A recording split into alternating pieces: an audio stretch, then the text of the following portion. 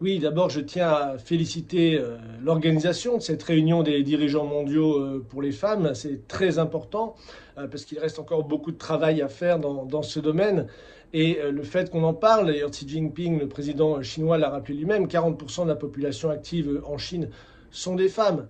Et malheureusement, aujourd'hui, on le sait, les femmes sont toujours les premières victimes dans tous les domaines, la pauvreté, dans les conflits d'un point de vue économique, également de leur représentativité dans les instances internationales ou de leur représentativité dans les différents domaines économiques.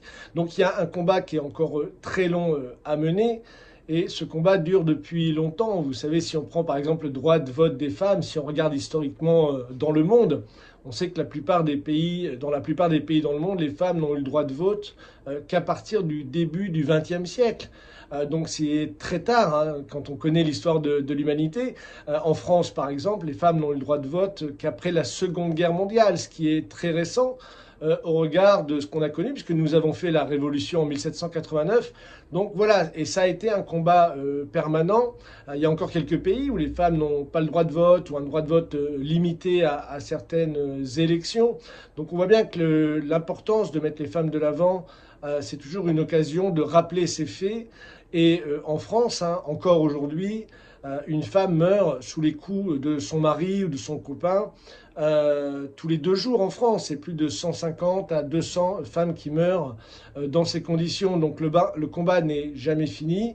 Le combat pour le droit des femmes, pour l'égalité entre les hommes et les femmes dans tous les domaines, c'est un combat qui doit être mené, d'où l'importance de ce type de sommet. Et aujourd'hui, on a heureusement de très bons exemples. Si on prend un exemple concret, je pense là à Dilma Rousseff, par exemple, l'ancienne présidente du Brésil, qui est maintenant présidente de la nouvelle banque de développement, la banque qui est au cœur des BRICS, du processus des BRICS, qui est au cœur justement de la mise en place d'un nouveau paradigme de développement à l'échelle internationale pour mettre fin justement à l'hégémonisme, à l'impérialisme qu'on a connu pendant des centaines d'années.